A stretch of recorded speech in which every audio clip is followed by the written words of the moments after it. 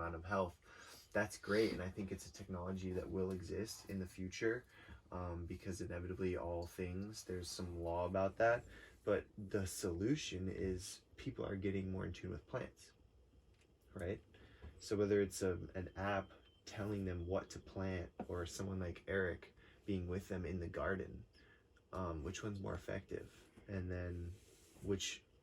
Well, like that's the point of like this like calculator and like connecting the knowledge to the people to help people teach other people to like just get the knowledge out there, right? And like there's plenty of people out there, so like creating this app, if it's really going to be reached, like a calculator amongst different like populations to be helpful, we need a lot of data input in reference to the different zones, right? I mean, like there's probably already out there too, so like Dylan was saying, scrubbing the data and having help scrubbing that. But I think the key turning point, because that's all making the key, right? But the turning of the key happens in connecting the local knowledge. Yep, exactly. The people that have that knowledge to their local relevant people that want to know that knowledge, right? So like by promoting them and their businesses and saying like, here's like the contributor, here's this person, there's this company, there's this organization that can help you in your area to do this as well. You know, like that level of inclusion and hyper localized.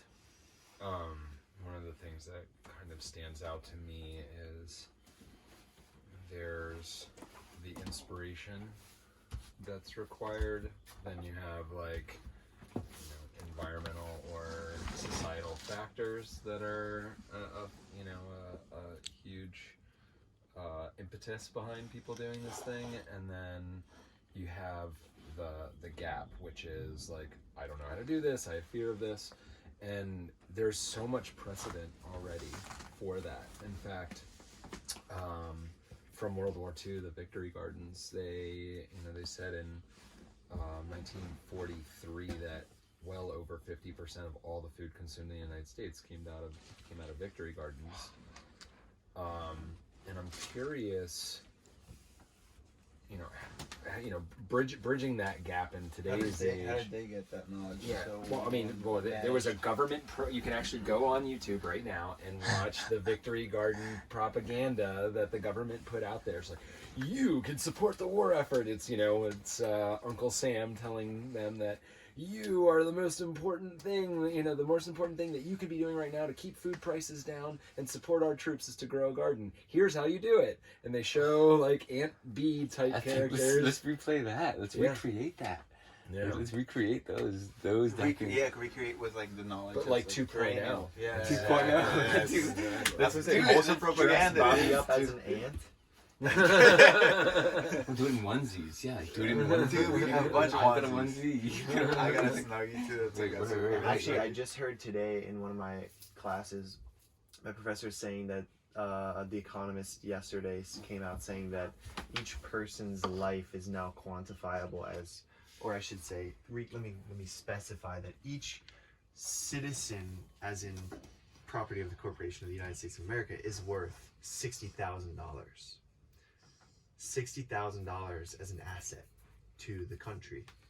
So the economic stimulus of investing $1,500 into each person weighs out in the investment, ideally in our worth, health, and like you said, we're the most important thing for the country is us. So taking care of ourselves and incentive. But I mean, like, $60,000 a life. Wow, I didn't know that. What do you mean that that's like? How do they get that metric? Like, what's that number? It's called the GDP, lifetime value of a customer. It's a business principle that says how much economic stimulus you as an individual, on average, will put into the economy over your average expected life. Or into a specific business. Like, imagine like that number for Apple. Or I think it might be in regards to the profit of the corporation. Right. Like, in regards to Apple, like how many iPhones does one individual buy in one lifetime? What metrics can we go ahead and make up about the value of an individual? I agree, and I think it's silly. All I'm saying is there is a value, and in that sense, the government values our life and health. And so anyway, I think totally let's redo the Victory Garden propaganda and make it funny and relatable and more current. Yeah, have you, I'm sure in some of your economic studies you've seen people trying to counter corporate proposals that have, very precedented spreadsheets that say if we put a hotel in this, say, in this region of Brazil, which currently has a mangrove, we can guarantee that there will be X number of jobs. We can guarantee there's going to be this much tourism at a, like average year, big year, small year. That would, all of these things have precedence, so they could very easily make spreadsheets that show the economic benefit of a project like that. And so there's these environmental economists that are usually hired in by nonprofits. I think they themselves are a nonprofit organization, but basically what they do is they come in and have a very fatalist job of trying to determine the economic value of the ecosystems that exist in that space currently. So it's things like what is the value of that mangrove in its current state that is going to be, before it's destroyed. So there's a certain kind of shrimp that lays its eggs in that space.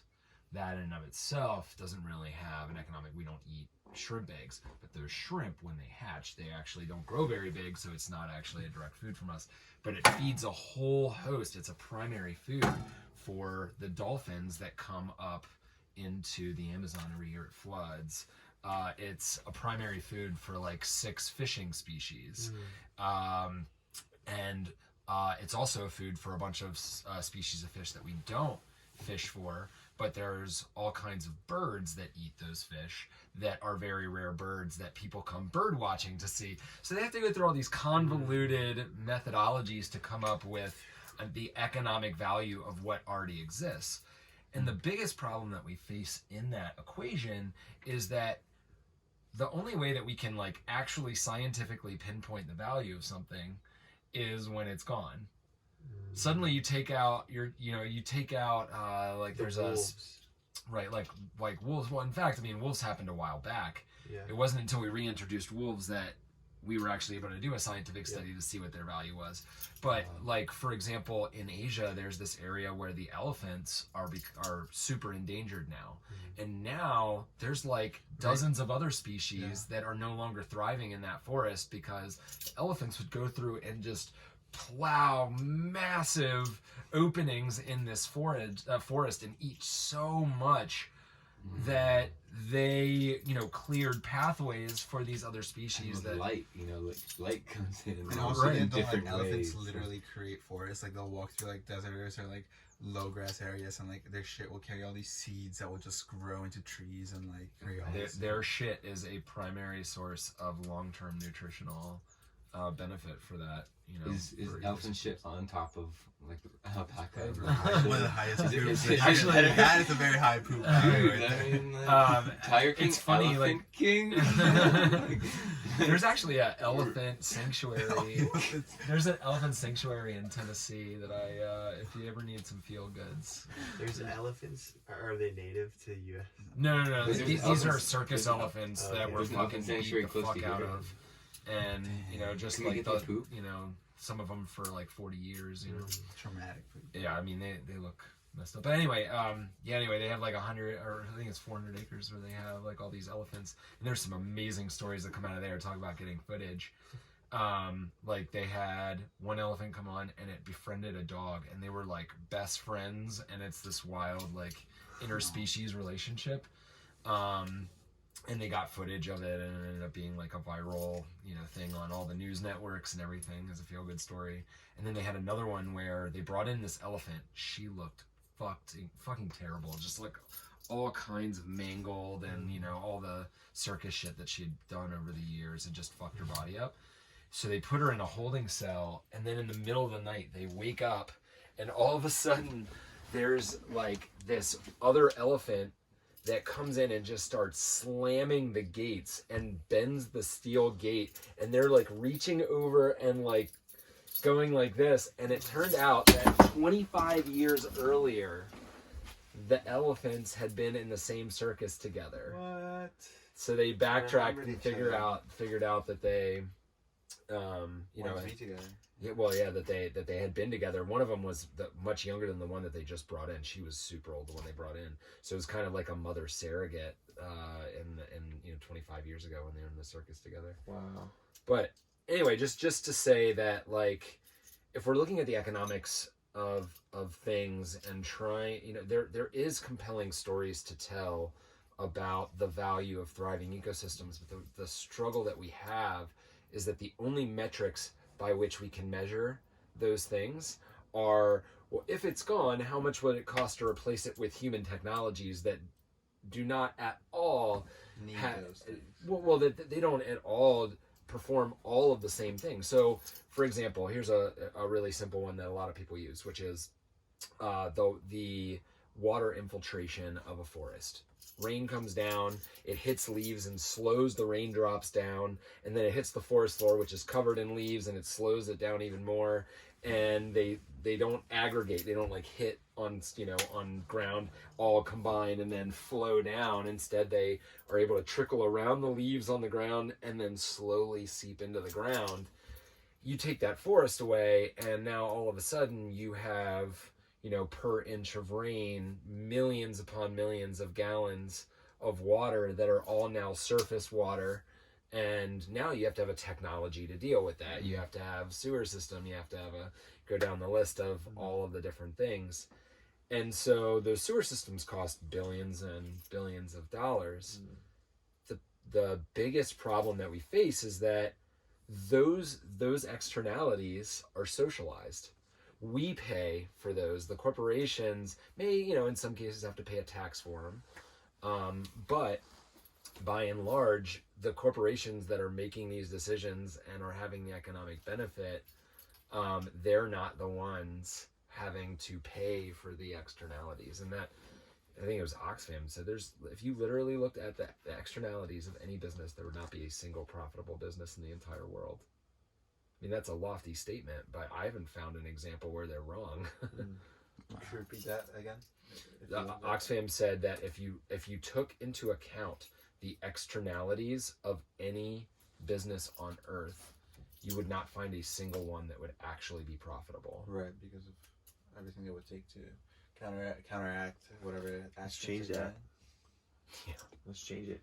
I think the solution is hyperlocality. So like we don't have to travel to all these locations to inspire them to reach out to local resources and work with their communities to build victory gardens and educate themselves further. Like working with native plants and things like that.